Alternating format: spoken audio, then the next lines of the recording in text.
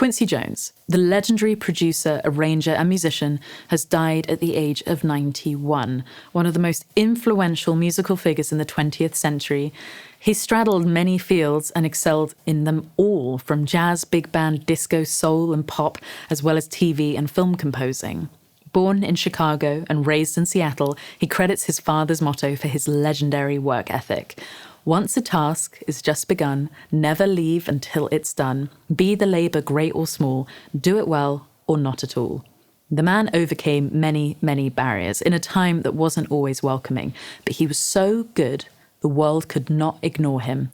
Receiver of 28 Grammys, an Emmy, a Tony, 7 Oscar nominations, and an Academy Honorary Award, plus countless other accolades and honorary doctorates. He was also a business genius, a wildly successful record company executive and entrepreneur. He became determined to build his business acumen after he lost $100,000 on a mismanaged European tour. Quincy said, "We had the best jazz band on the planet, and yet we were literally starving. That's when I discovered that there was music, and then there was the music business. If I were to survive, I would have to learn the difference between the two." Ooh.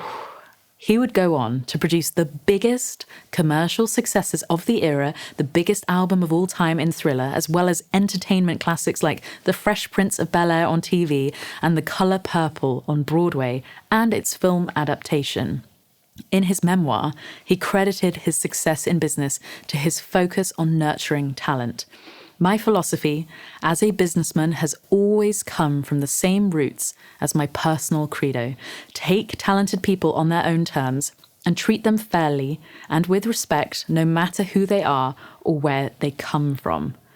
I was lucky enough to meet the man himself at Montreux Jazz Festival in July 2018. I was backstage at a party I definitely wasn't supposed to be at. I was fully starstruck. I couldn't believe who I was sat down with.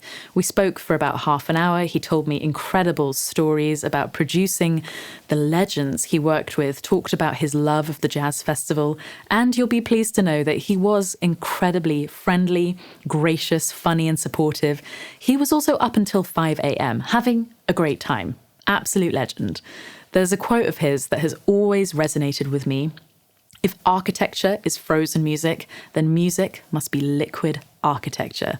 It's a perfect summation of why he was so successful in so many different fields, because he deeply understood the connections between all the creative disciplines, how they encourage and benefit one another. His non-profit foundation, his social activism, and his masterminding of record-breaking charity singles like We Are the World showed the character of a man who recognized the importance of giving back.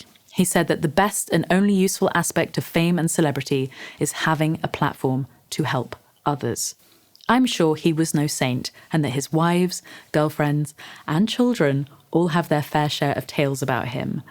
But his is a life to be celebrated. We are lucky to have existed at the same time in history as this amazing man. Quincy, thank you for the music.